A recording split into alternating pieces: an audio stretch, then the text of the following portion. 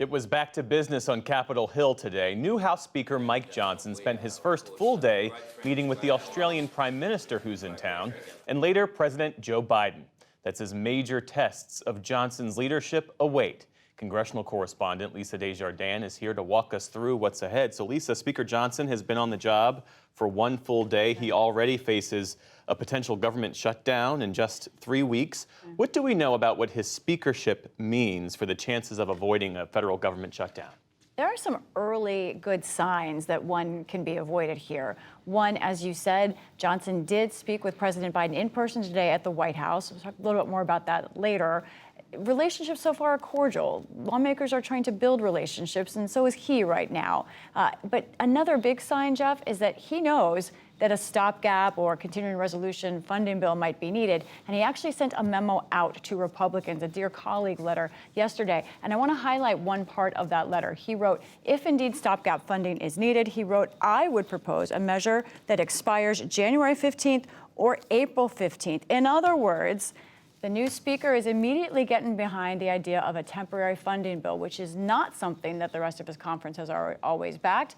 But talking to Republicans today, most of them do like this idea. They're worried that something worse would happen, a giant omnibus bill at the end of this year if they don't have a temporary bill. However, there are some, like Representative Matt Gaetz, who I talked to today, still not on board that idea. If there is a shutdown issue, it would be with that group of people. We'll watch it closely, but Speaker Johnson is trying to get past November 17th, create a path. Well, let's talk more about Johnson and his policy stances. As he told us yesterday, he's a staunch conservative. And it's striking that his election as House Speaker is being celebrated by the people who helped oust Kevin McCarthy. What more have you learned about his background? That's right. This is what conservatives love about him. He is hard right. He is a social conservative. As I said yesterday, he opposes abortion in almost every case. He opposes gay marriage. He has in the past. He opposes gender-affirming care for kids. Those are things conservatives love, but those are things that those on the left are very fearful of. They think that that is exclusive. Now, when you look at his issue, where he is on guns, we wanted to look at that today, particularly in light of what's happened in Maine. It's a conservative stance that he's well known for. The NRA has backed him, donated to him. He has received thousands of dollars in donations from the NRA and other gun groups. He has opposed in the past universal background checks, and he's also opposed things like reauthorizing the Violence Against Women Act. That I want to talk about specifically. The reason that he opposed that and some other conservatives is because it would have put more restrictions on those who are found guilty or accused of domestic violence, more restrictions on gun, ability to use and carry guns, and that's why Speaker Johnson voted against it. So that's the kind of thing that the right likes as saying pro-Second Amendment, and the left says is going too far. And we should say the Senate, the upper chamber, has been working during what had been this prolonged period of House Republican dysfunction. What's the latest with this funding bill that links Ukraine aid and aid for Israel?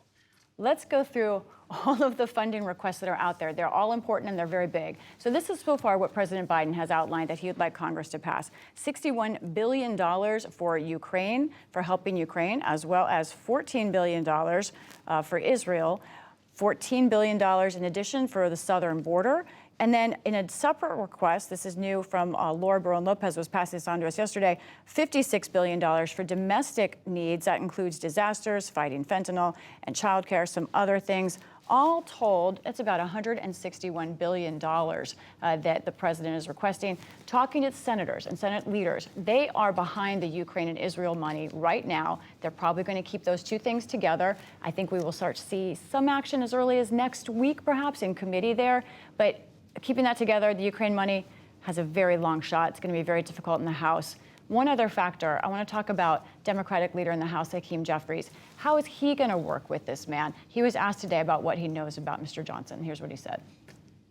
I found him to be an able and capable adversary from the standpoint of the authentically held positions that he would articulate, even when there was strong disagreement on our side of the aisle. But there were also opportunities where we were able to find common ground, including on criminal justice reform. It's an interesting moment. That bipartisan agreement on criminal justice reform is an exception. Generally, Speaker Johnson has not worked with Democrats, but there is hope right now. There is also concern. He has been an election denier. We've talked about that. I think we're going to talk about it more. And I think it's a moment where both sides are testing and waiting to see what he is like as an untested speaker and hasn't even been in Congress that long. Yeah, Lisa Desjardins, thanks so much. You're welcome.